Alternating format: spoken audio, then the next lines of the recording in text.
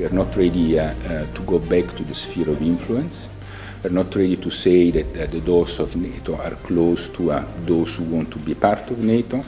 We are not ready to accept unilateral demilitarization. We are not ready to tell and impose to countries foreign policy choices. This time is over, and I would say fortunately over, and we do not want to restart now.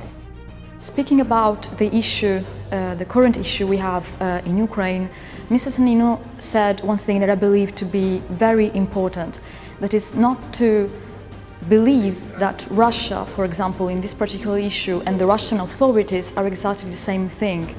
Because I think that this sometimes is very common in the discourse around this issue, and it doesn't help diplomacy.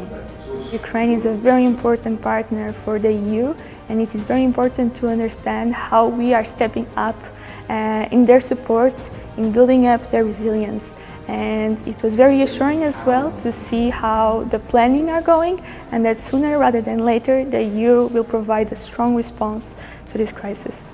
I think that nobody is particularly enthusiastic about sanctions because they are always painful, because in a way are a sort of declaration that diplomacy has not worked, and so that we have to recur to something else.